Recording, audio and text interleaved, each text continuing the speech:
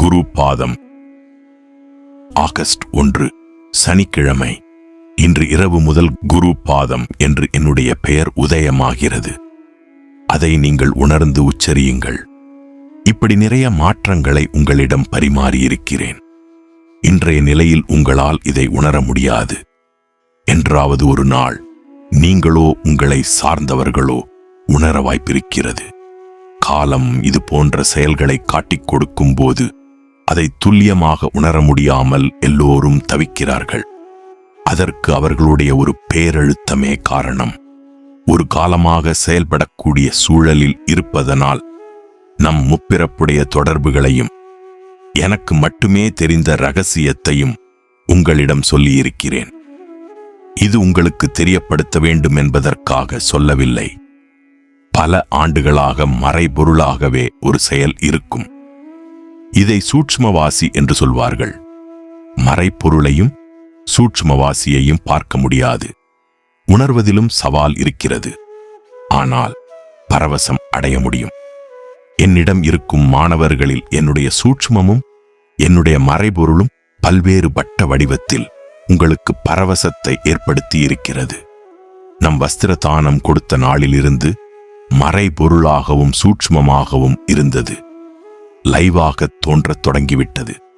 மறைபொருளாக இருந்தது நேரடியாக வெளிப்படையாக உடலை விட்டு வெளியே வருவதை செய்யத் தொடங்கிவிட்டது.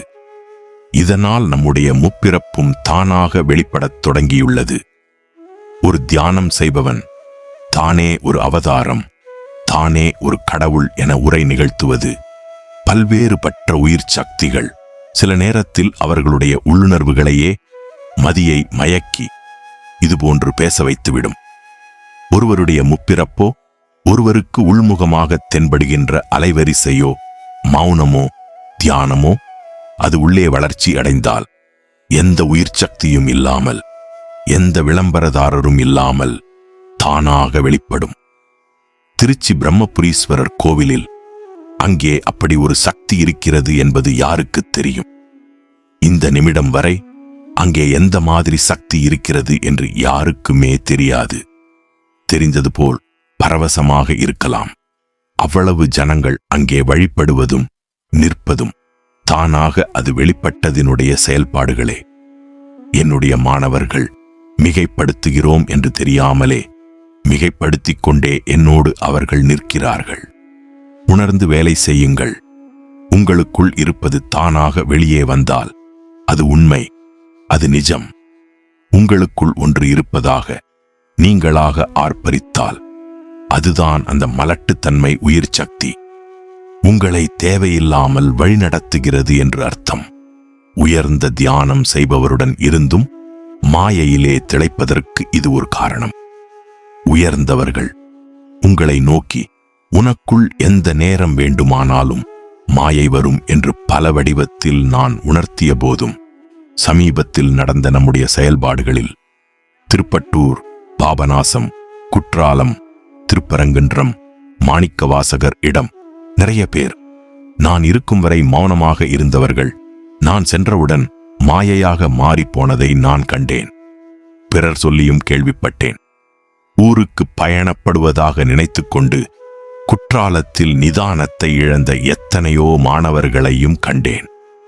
கடைசி பஸ்ஸை பிடிக்கப் போகிறேன் என்று மாணிக்கவாசகர் கோவிலில் பாதி உணவு உட்கொண்டு பாதி உணவை உட்கொள்ளாமலும் ஓட்டம் பிடித்ததைக் கண்டேன். 3 மணி நேரம் ஒரு சத்சங்கத்திற்கு நேரம் ஒதுக்க உங்களுக்கு தெரிந்தது. குருவுடைய அருள் பிரசாதமாக இருக்கும் உணவை தியானமாக நினைத்து உட்கொண்டு ஒரு பயணத்தை மேற்கொள்ள உங்களால் முடியவில்லை. இதை கடைசியாக வைத்துக் கொள்ளுங்கள்.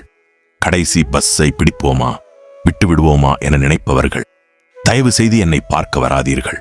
நான் சமீப காலமாக காலம், நேரம், கிழமை, தேதி இது எல்லாம் மறந்த நிலையில் ஒரே நாள், ஒரே தேதி, ஒரே தன்மை, 3 காலமும் ஒரே காலம் அப்படி என்ற ஒரு சூழலில் பயணத்தை தொடங்கியிருக்கிறேன்.